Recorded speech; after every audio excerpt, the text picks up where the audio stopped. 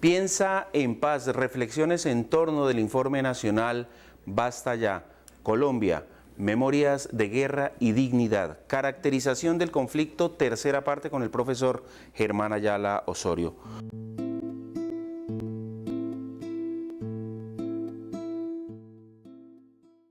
¿Cómo es que usted afirma, y en eso coincide con el informe Basta Ya, que el conflicto en Colombia en sus años de existencia se ha ido paulatinamente degradando si cada uno de los 17 presidentes y 18 periodos gubernamentales ha diseñado un plan para acabarlo? Digamos que el conflicto se ha degradado en la medida en que tanto los actores de la guerra como la sociedad, los medios de comunicación han entendido y han visualizado los efectos de la guerra misma. Es decir, las prácticas genocidas de los paramilitares, por ejemplo, cuando ya quieren el estatus de noticia, cuando ya hay informes como el de Basta Ya, cuando hay, digamos, el mayor reconocimiento del desplazamiento forzado, entonces entendemos que el conflicto se ha degradado. Y se ha degradado porque, por ejemplo, el principio de distinción no se cumple.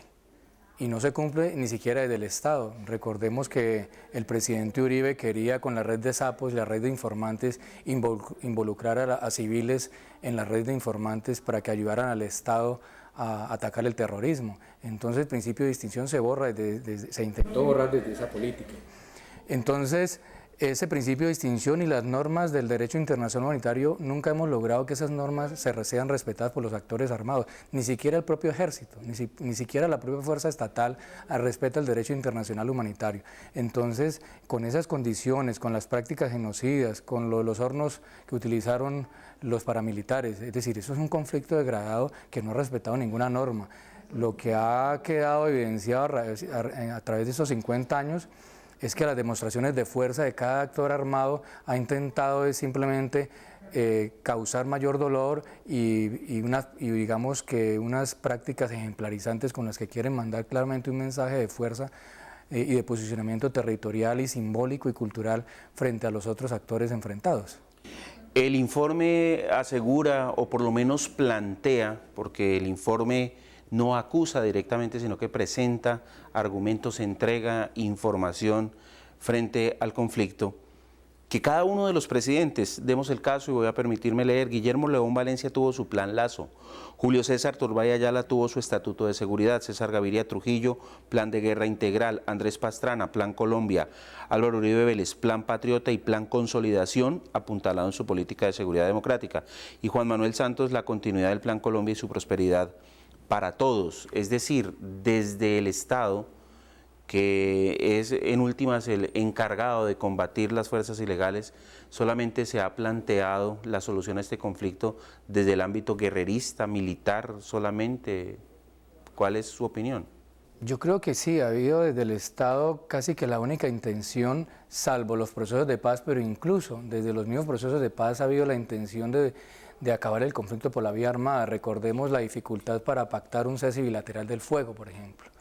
Entonces, con esos planes, Plan Colombia, Plan Lazo, todos esos planes que usted nombra, esas políticas, la política de seguridad democrática, los planes de consolidación de Uribe, lo que han hecho es escalar el conflicto de una manera, digamos, tan extrema que, por ejemplo, el desplazamiento forzado aumenta en el periodo de Uribe, curiosamente. Aumenta también el paramilitarismo en el gobierno de Pastrana, que curiosamente entra en un proceso de negociación, recordémoslo, en el Caguán. Entonces, ha habido siempre una política clara del Estado colombiano y de varios gobiernos de reconocer, por un lado, que hay un conflicto armado, de desconocerlo en otras instancias, por ejemplo, en la época de Álvaro Uribe. Recordemos que él no reconocía que había conflicto armado interno y su política de seguridad democrática así lo aseguraba. Él decía que había una amenaza terrorista y no conflicto armado. Y ahora Santos vuelve y reconoce que efectivamente existe un conflicto armado interno. Entonces, digamos, esas ambivalencias y esas formas de reconocer y no reconocer el conflicto, lo que están atravesadas es por unas estrategias de guerra muy bien pensadas desde un actor político como es el Ejército Nacional. Las fuerzas militares, yo siento que cada vez más juegan un rol político muy importante en la definición y en el escalamiento del conflicto armado. Otra de las coincidencias, profesor Ayala, de sus planteamientos con respecto al del informe Basta Ya, es que usted asegura que se ha visto el conflicto como algo lejano, algo periférico. El centro define algunas cosas y la periferia está lejana donde se ocurre el conflicto. Pero en la séptima conferencia de las FARC, que se desarrolla entre el 4 y el 14 de mayo del 82, este grupo decide anexar a su nombre EP, Ejército del Pueblo. Y no solamente es un cambio de nombre, sino de estrategia, porque pasan de ser guerra de guerrillas a ser un ejército regular. Para eso se financian con el narcotráfico y demás. Pero ¿cree usted que a partir de esta fecha el país haya dejado de ver el conflicto como algo lejano y se acercó por fin a las ciudades, a las grandes ciudades, a la capital? Y tuvo eso un impacto, por ejemplo, en el cubrimiento de los medios, en el acercamiento a procesos de paz como el del M-19, que es el único que tenemos para mostrar, o sigue viéndose como algo lejano? No, yo creo que el conflicto sigue siendo mirado por una sociedad civil urbana muy lejano. Es decir, aquí los centros de producción, las grandes urbes no han sufrido en rigor el conflicto armado. Es decir, es un conflicto que se ha significado prácticamente en las selvas, en los territorios rurales, en donde prácticamente esa sociedad civil urbana que ha estado asociado a las élites de poder, a los sectores de producción, a los gremios económicos, saben que han podido vivir durante 50 años con el conflicto armado. Entonces, vivir 50 años más en guerra no les va a significar prácticamente nada. Inclusive la preocupación por el impuesto de guerra que pagan los ricos desde el periodo de Álvaro Uribe es quizás la única preocupación que yo veo en esa sociedad civil urbanizada que ve muy lejano el conflicto. Para mí el conflicto armado es un asunto periférico porque no ha tocado de manera permanente en el tiempo, durante 50 años, los intereses de la gente que está concentrada en los grandes centros de poder económico y político que son las ciudades. Reitero que el informe Basta Ya no hace acusaciones, entrega información y plantea algunos escenarios, incluso puede llegar a entregar algunos argumentos. Pero ¿por qué cree usted que a pesar de ser un conflicto tan largo, los medios de comunicación no solo no han aprendido a informar sobre la guerra, sino que precisamente, una vez conocido este informe, no ha tenido difusión? Bueno, importante el papel que deben jugar o deberían jugar y que han jugado los medios de comunicación en el cubrimiento del conflicto. Habría que decir que parte de esa mirada adyacente, periférica del conflicto ha sido alimentada por la forma como los medios de comunicación han cubierto el conflicto armado. ¿Por qué? Porque han apelado a fuentes oficiales que están dentro de los enclaves económicos urbanos. Entonces, desde mirar la lógica del conflicto, desde la comodidad de una ciudad, es diferente a cuando usted lo mira ya en el terreno, cuando usted ve la pobreza, cuando usted ve los problemas reales del campo, del sector rural.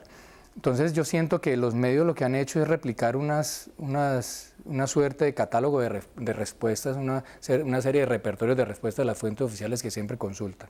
Dos, los valores noticia con los cuales es mirado el conflicto armado, yo creo que no son los mejores. Yo replantearía los valores noticia con los cuales los periodistas suelen elevar al estatus de noticia los hechos del conflicto armado, porque bajo esa lógica no se puede cubrir un conflicto armado tan complejo, tan de múltiples factores como el que tenemos en Colombia, que es económico, que es agrario, que es étnico, que es ambiental, que es social, que es político. Merecería de los medios de comunicación un cubrimiento distinto.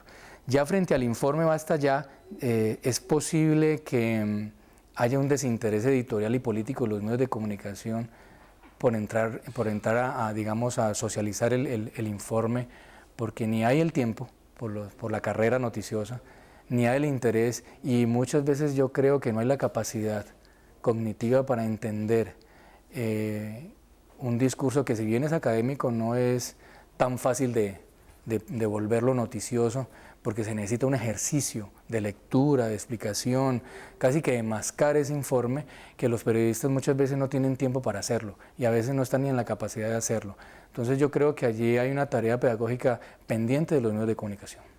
Son 24 libros los que conforman el informe Basta Ya. Desde su experiencia, ¿cuál podría ser la debilidad o algunas debilidades de este informe concretamente?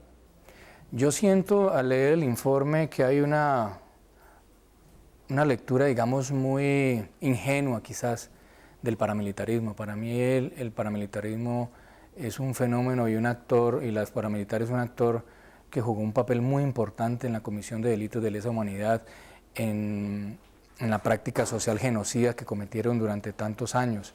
Yo siento que el paramilitarismo es el brazo armado del sector económico de derecha, de la producción. Los gremios económicos que apoyaron el paramilitarismo yo creo que merecen un capítulo aparte y que Basta ya no lo recoge. Yo pienso que como fenómeno el paramilitarismo en el informe se pasa muy de soslayo y pienso que debieron haberse detenido en ese aspecto para hacer una lectura más completa de ese actor en específico que me parece que ha sido fundamental en el quiebre que ha sufrido el conflicto armado y que hoy, quizás, no gracias al paramilitarismo, pero estamos conversando en La Habana, pero que sí gracias a ese actor armado llamado paramilitar o paramilitares, siento yo que sí ha sido una transformación rural muy importante en Colombia y una crisis, digamos, cultural que han sufrido tanto indígenas como afrocolombianos por el accionar paramilitar de las Autodefensas Unidas de Colombia. Informe Nacional Basta Ya, reflexiones desde la Universidad Autónoma de Occidente, porque Colombia requiere muchos más elementos para ejercer una verdadera democracia.